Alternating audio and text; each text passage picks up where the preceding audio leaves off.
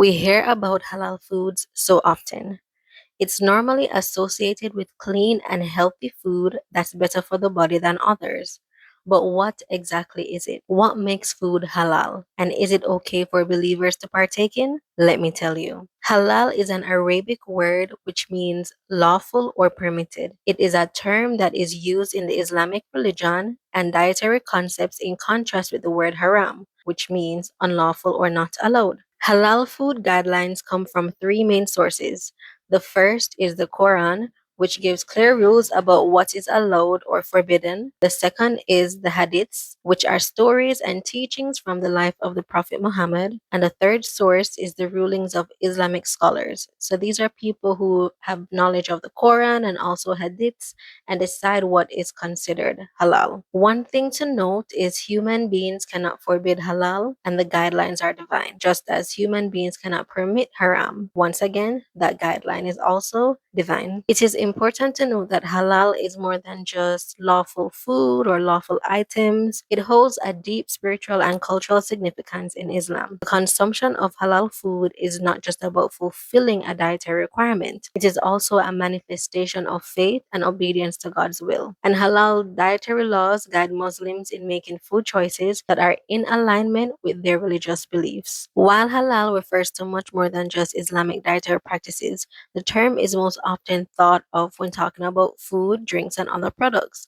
And in this video, I will be focusing on food, specifically meat. So from a halal perspective, some animals are intrinsically considered non-halal species. For example, carnivorous animals and specific bugs. From the permissible animals, there are further requirements that must be met for them to be considered halal. So halal meat and poultry refers to animals that have been slaughtered in accordance with Islamic law, known as the dabira. The slaughtering process is critical in ensuring the meat is considered halal. So for the meat to be certified, the animal must be healthy at the time of slaughter, and the slaughter should be done by a Muslim who invokes the name of Allah before making the cut. So the name of Allah must be invoked at the time of the slaughter. This act is often accompanied by the phrase Bismillah Allahu Akbar, which means in the name of Allah, Allah is the greatest. The method involves a swift incision to the throat, cutting the windpipe, esophagus, and the blood vessels in the neck, ensuring that the blood is fully drained from the veins. This process is designed to be as humane as possible, which minimizes the animal's suffering. The act of draining the blood is essential because Islam prohibits the consumption of blood, and the procedure is carried out with cleanliness and respect, ensuring that the meat meets the ethical standards set by Islamic law. And halal poultry would follow the same principles, and like all halal food, it must not come in contact with anything that is haram, such as pork or alcohol.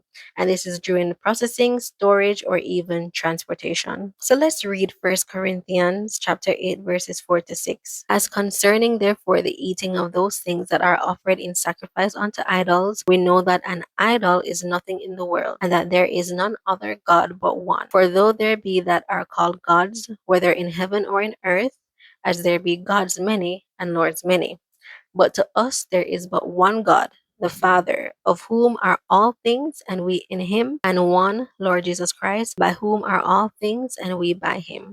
So in the process of making halal meat or making meat to be halal, they invoke the name of Allah and also certifies that Allah is the greatest. This would classify as food being offered to their God Allah. And this verse makes it very clear that believers should not consume meats that are offered to other gods. So what's interesting is that in the Islamic faith, they are also prohibited from eating food offered to idols. But by our own faith, as people who are believers and followers of the Bible, invoking Allah's name when slaughtering an animal is food offered to idols, as Allah is not our God, despite the common belief that Jews, Christians, and Muslims share the same God because we are the monotheistic faith, but that's not the case. Let's take a look at one more verse. 1 Corinthians chapter 10 verses 23. All things are lawful for me, but all things are not expedient. All things are lawful for me, but all things edify not. This simply means because you can or think you can doesn't mean you should, as it doesn't edify your walk with Yah. So how can we ensure that we don't eat halal food? Well,